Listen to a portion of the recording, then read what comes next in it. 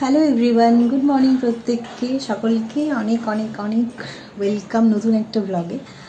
আজকে সকাল থেকে কারেন্ট নেই, চরম গরম পুনেতে। এবছর জানি না কেন অতিরিক্ত গরম পড়েছে। কালকে এত বৃষ্টি হলো পুনেতে, তারপরেও এত গরম।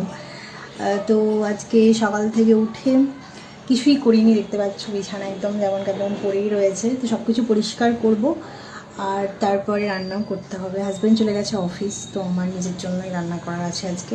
তো কী কী করছি না করছি তোমাদের সাথে শেয়ার করব, দেখতে থেকো। রয়েছে লাল শাক, যেটা বাদাম দিয়ে ভাজা করব।